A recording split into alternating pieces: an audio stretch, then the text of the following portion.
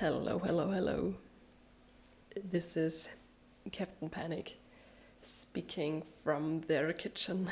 In the background, you can already see what's going on while also hearing my fridge going strong. Yeah, welcome back to another Touchdesigner tutorial. I swear this time I won't talk too much in the beginning.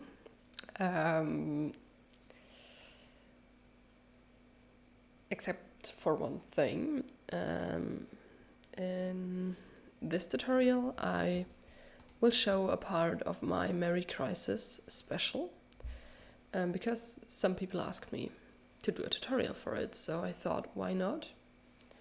But before I start, I want to mention that once again in this tutorial I won't show a groundbreaking new technique because it's just not my approach.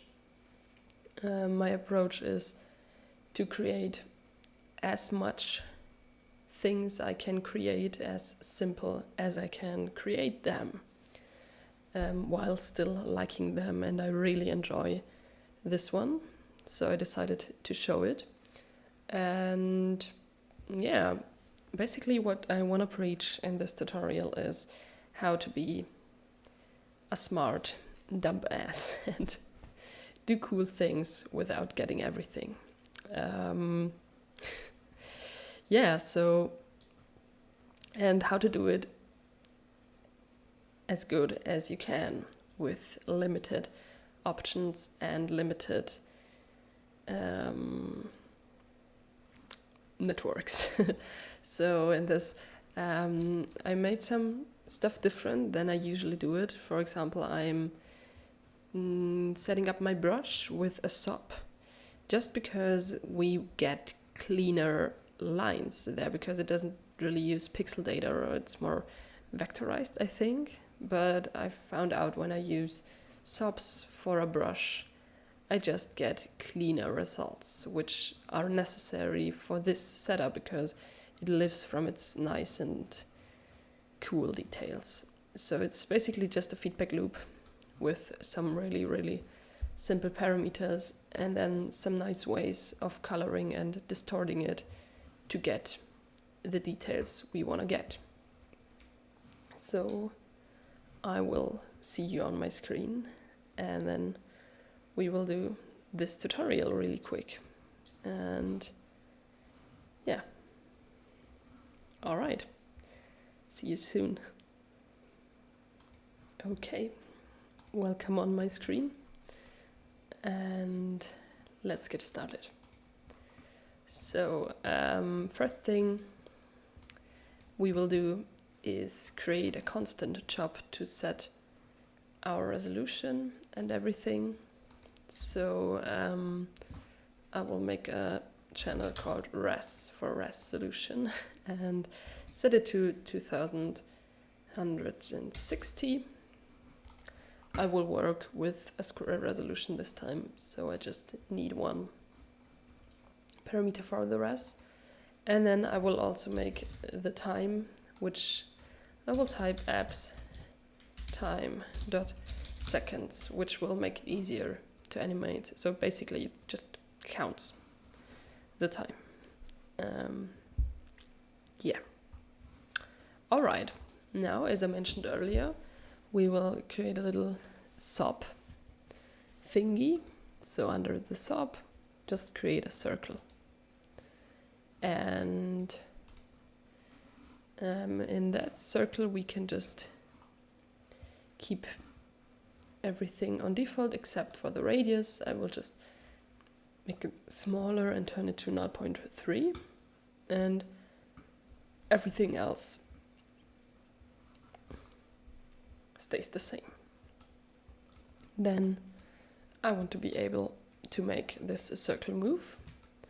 So, create a transform. And now I will use another technique I already showed to animate it by just creating a noise here. Turning off on the time slice and then making 3 channels. So because this is a 3D circle, I will need a TX, TY and TZ.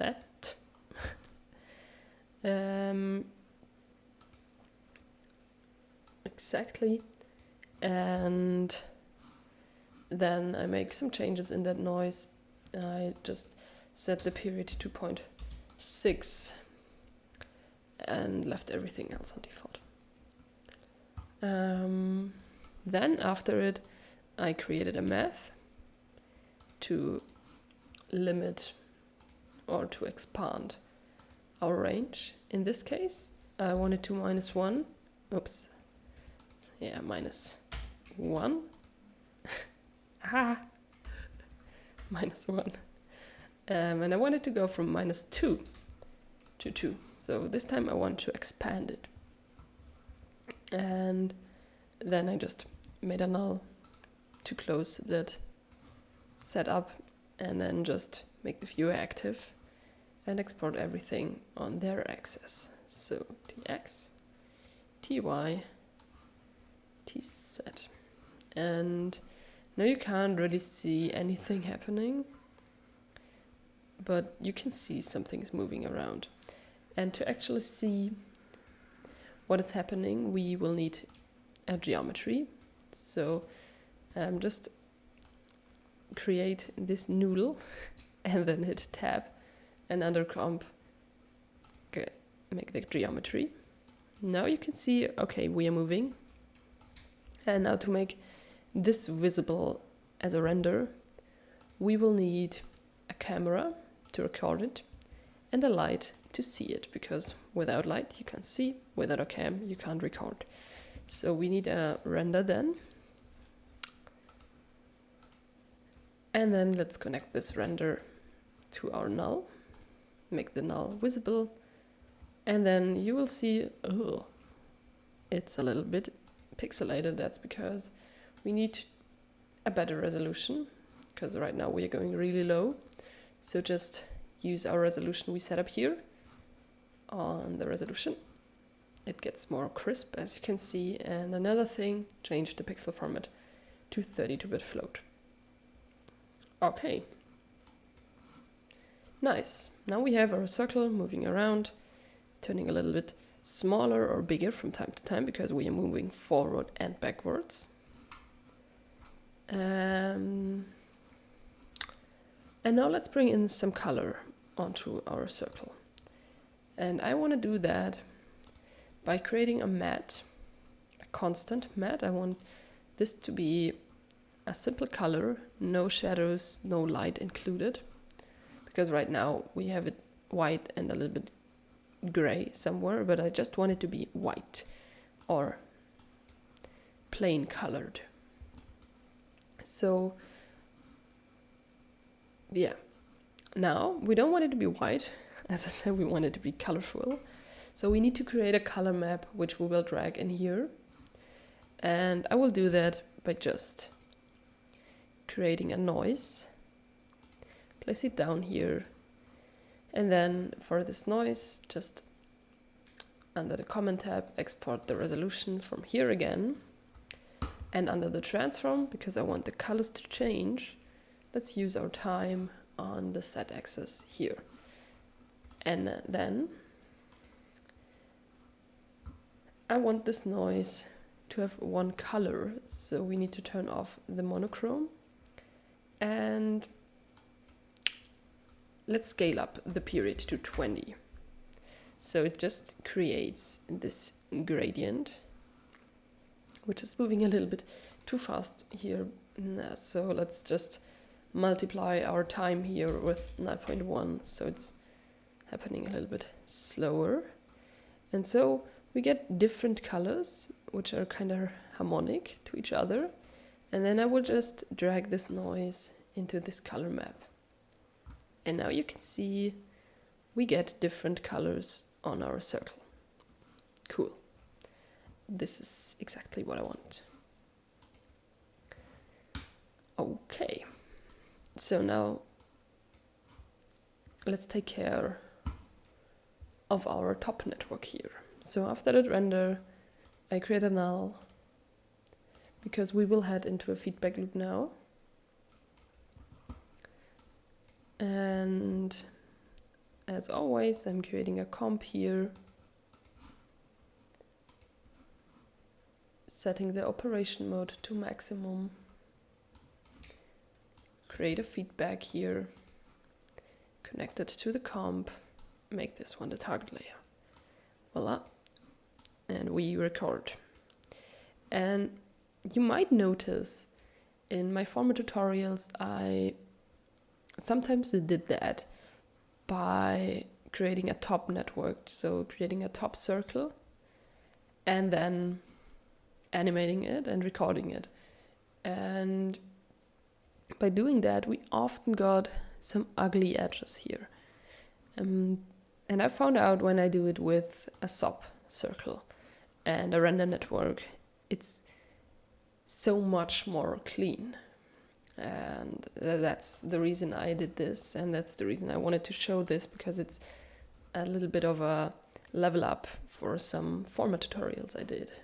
So, new groundbreaking technique. Ba-ba.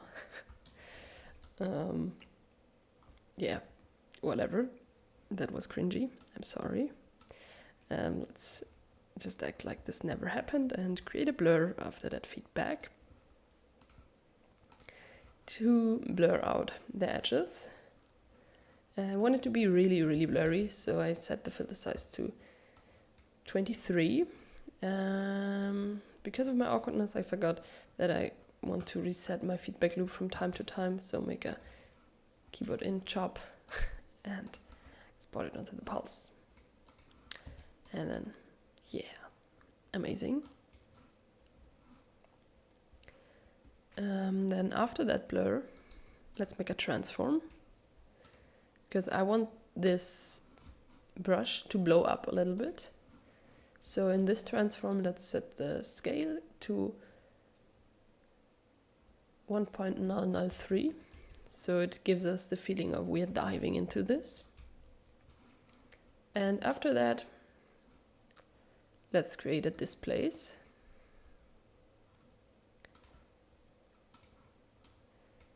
And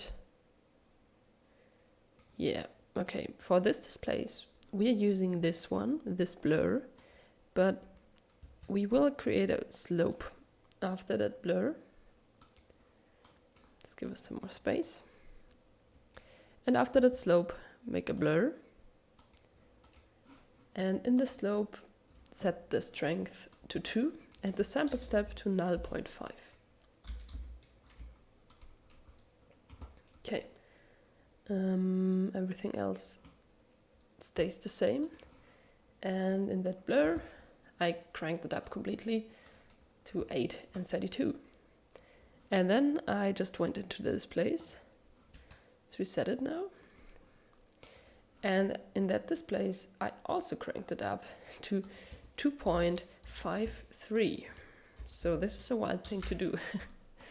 And when I do that, you can see we're getting this kind of explosion thing, which is cool. And then after that displace, I created another blur, which I kept on default. And after that, I will create a level, because we want everything to disappear a little bit. So in that level, I set the black level to 0.001, the brightness to 0.999. It sounds really funny when you think of it as a German thing, 999. But yeah, okay. Perfect. So this is what we want it to look like this kind of mystical looking gradient thing, which has some really nice details from time to time. So, whew, cool. And in that comp, another thing we want to do is we want to bring up the level you can't really see the difference, but it makes a difference.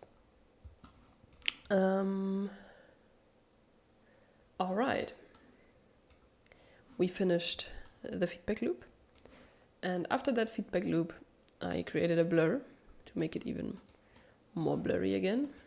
So also 832, really blurry, really nice and gradient glowing thing I want to have here. And after that blur I created a slope, and in that slope I turned the strength to our resolution. So strength is our resolution, so use this one and make it here. And then for the sample steps I went with 5 and 5. Cool. So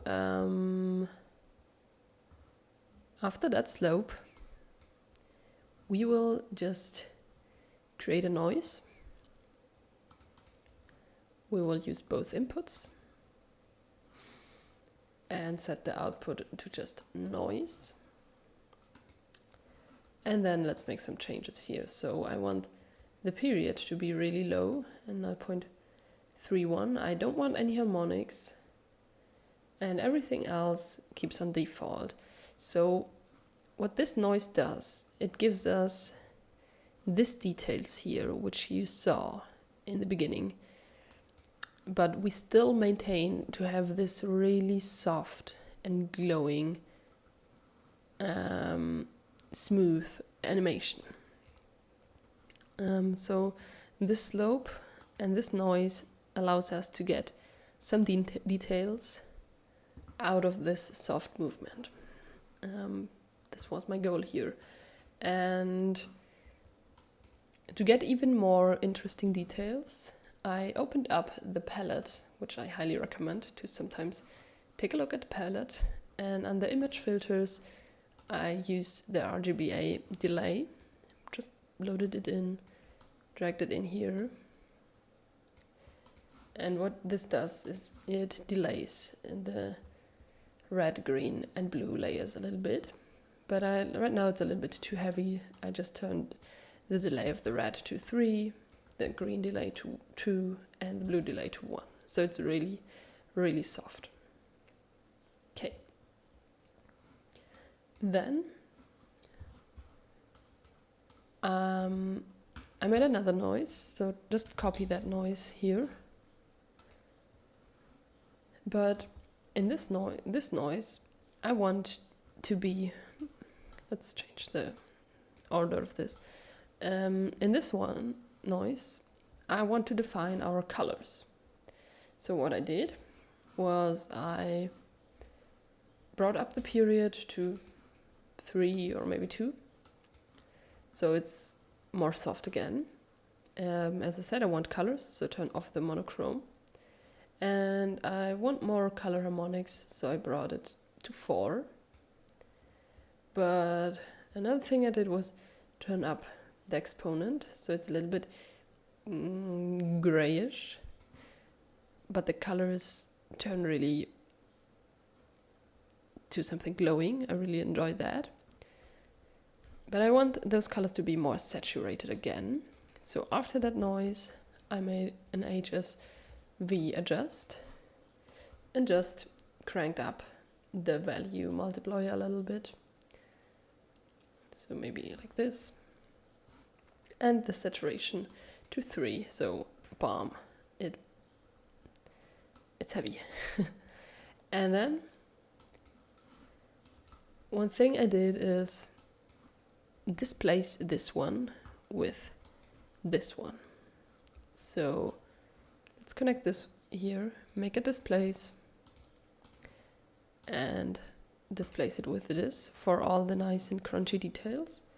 But let's bring it down a little bit. Right now it's way too heavy, so I brought it to 0.1, and like this we get this really colorful mess with the nice details from this, but the soft animation from this.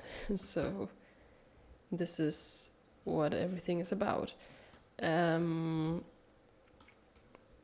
Yeah, so feel free to change the colors here if you want a different outcome, or play with the exponent here. Wow, this was ugly. Maybe turn this off again if you want it to be more soft. Or maybe feel free to combine different things. Maybe make a composite here, bring in this one again, make it more dark, or just, yeah. Feel free to do whatever you like. In the end, maybe you want this to be even more soft, so it's really, really subtle, or yeah, whatever you want to do. Feel free to experiment with this small but still cool setup, which I really enjoy. I really enjoy this kind of lazy paintings. And I could watch it for hours. So I hope you do too. And I hope you enjoyed this tutorial. I hope you had a great day.